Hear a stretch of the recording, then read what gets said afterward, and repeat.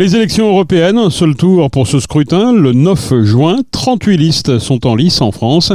Du Rassemblement national de Né Favoris aux communistes, en passant par Renaissance, les Insoumis, mais aussi Lutte ouvrière, le Parti pirate ou encore la liste Défendre les enfants. 5 listes se revendiquent de l'écologie, dont celle de Yann Verling, écologie positive et territoire. Yann Verling est vice-président de la région Île-de-France. Cet ex-modem, illustrateur de profession, a réuni sur sa liste une quinzaine de mouvements politiques, parmi lesquels 100% citoyens, fondé à Lyon par Éric Lafont, plusieurs fois candidat aux élections locales. Maëva Martel a rencontré Éric Lafont pour en savoir plus sur ce qu'il appelle l'écologie positive. On est dans un contexte où, depuis 30 ans, les Verts ont le monopole de l'écologie politique. Et que l'on regarde leurs résultats à la dernière présidentielle ou la façon dont le mot écologie est perçu aujourd'hui au quotidien, on se rend compte que manifestement ça ne fonctionne pas. De plus en plus, ce mot est source d'exaspération, d'énervement, voire d'un sentiment de stigmatisation. Ça crée des clivages qui sont tout à fait contre-productifs puisque la question environnementale est centrale. Et le paradoxe, c'est que la plupart de nos concitoyens ont pris conscience de ça, que l'évolution climatique nécessite des changements importants à l'échelle individuelle, à l'échelle collective.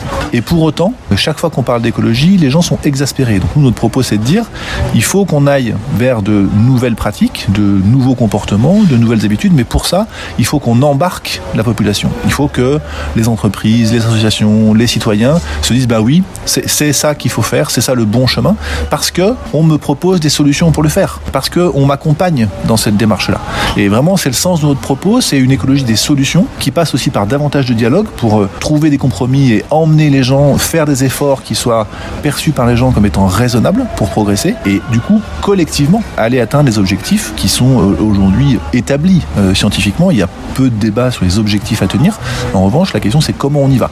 On propose une autre méthode, une autre approche sur ces questions. Et donc justement, je me permets de rebondir, vous me parlez de solutions.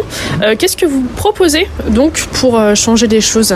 Il faut prendre des exemples concrets. Alors, puisqu'on est lyonnais et qu'on voit que depuis quelque temps, la question du partage de l'espace sur la voirie est source de nombreuses réactions, énervements, exaspération, etc.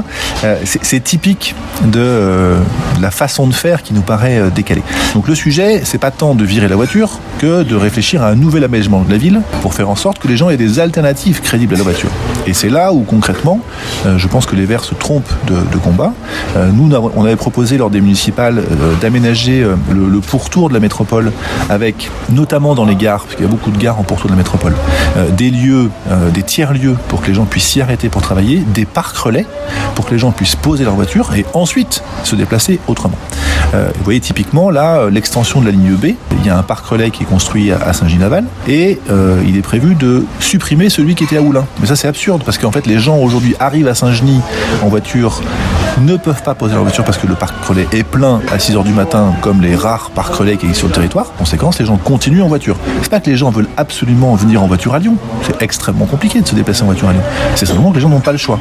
Et nous, notre propos, c'est de dire construisons des alternatives. Donc concrètement, vos points de réflexion partent d'abord finalement des habitants. On fait en sorte de réfléchir autour du quotidien des Lyonnais. D'une façon générale, notre réflexion, elle est effectivement que les enjeux écologiques soient mis en œuvre en considérant les pratiques actuelles. Et si les pratiques ne correspondent pas, comment on les fait évoluer ? Typiquement, au printemps, vous avez vu des manifestations d'agriculteurs et on a assez rapidement dans le débat opposé agriculture et environnement. Et ça, c'est absurde parce qu'en fait, les agriculteurs eux-mêmes sont favorables à ce qu'on les emmène vers des solutions compatibles avec les enjeux environnementaux. Mais faut-il encore qu'on les accompagne ? Le sujet, pour être au plus près des réalités de terrain, des habitants, des professionnels, que sais-je, c'est de déléguer les compétences à la collectivité qui est la mieux à même de le faire. Et là, on aura du coup des changements de comportement qui seront compatibles avec les enjeux environnementaux et une compréhension par les gens de ce qu'ils leur est demandé.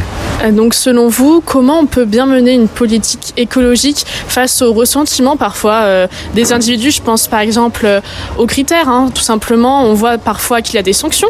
Et donc comment justement on peut allier une politique tournée vers l'écologie, tout en sachant qu'il y aura peut-être des sanctions. Comment finalement trouver un bon équilibre selon vous ? En créant une alternative ou des alternatives. À partir du moment où vous donnez les moyens aux gens de faire autrement, la sanction devient légitime. Si les gens ne peuvent pas le faire.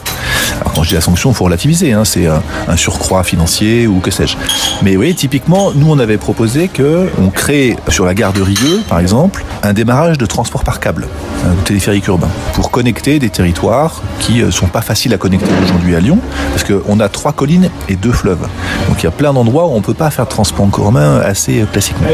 Mais si on ne fait pas ça, si on n'équipe pas les pourtours de la métropole avec des lieux pour s'arrêter, poser sa voiture, éventuellement travailler à distance et prendre un transport en commun, on ne peut pas reprocher aux gens de venir en voiture. C'est pas vrai. Le train, dans la connexion train de l'extérieur de la métropole à la métropole, ne fonctionne pas quand même très très bien. Les retards à la SNCF sont chroniques. Donc on peut comprendre pourquoi les gens ne cherchent pas particulièrement à prendre le train. Donc tant que les alternatives ne fonctionnent pas, il est difficile de reprocher aux gens de prendre leur voiture. Et c'est ça notre propos. Fabriquons des alternatives qui fonctionnent. Ensuite, on pourra envisager d'accroître un peu la pression par des tarifs, par des péages, que sais-je, mais sans solution en amont, c'est absurde. Et donc, si nos auditeurs devaient retenir les grandes idées de votre programme, quelles seraient-elles ? Notre proposition s'appuie sur 3 piliers. 1, une écologie, des solutions et du dialogue, c'est ce que je viens d'évoquer. 2, à l'instar de ce qui se passe ailleurs en Europe, une décentralisation sincère en France. Il faut que l'État arrête de vouloir s'occuper de tout et qu'il confie des compétences aux territoires, régions, métropoles. C'est aussi une façon de faire confiance à ces territoires et aux habitants de ces territoires. Et 3e pilier, des réformes électorales et démocratiques en profondeur, puisque on est aujourd'hui dans une situation où la majorité de nos concitoyens ne va pas voter, c'est-à-dire que le taux de participation est arrivé à 50% et il y a de très nombreuses personnes qui ne sont pas inscrites. Donc là, on a un sujet de fond et il faut résoudre cette défiance à l'égard de la politique. Et pour ce faire, on propose, nous, un certain nombre de réformes, parmi lesquelles la reconnaissance du vote blanc, l'abaissement du seuil de représentation, le non-cumul, etc. Voilà. Nos 3 piliers, écologie, des solutions et du dialogue, décentralisation sincère et réforme démocratique. Éric Lafont, candidat aux européennes sur la liste écologie positive et territoire, au micro de Maëva Martel.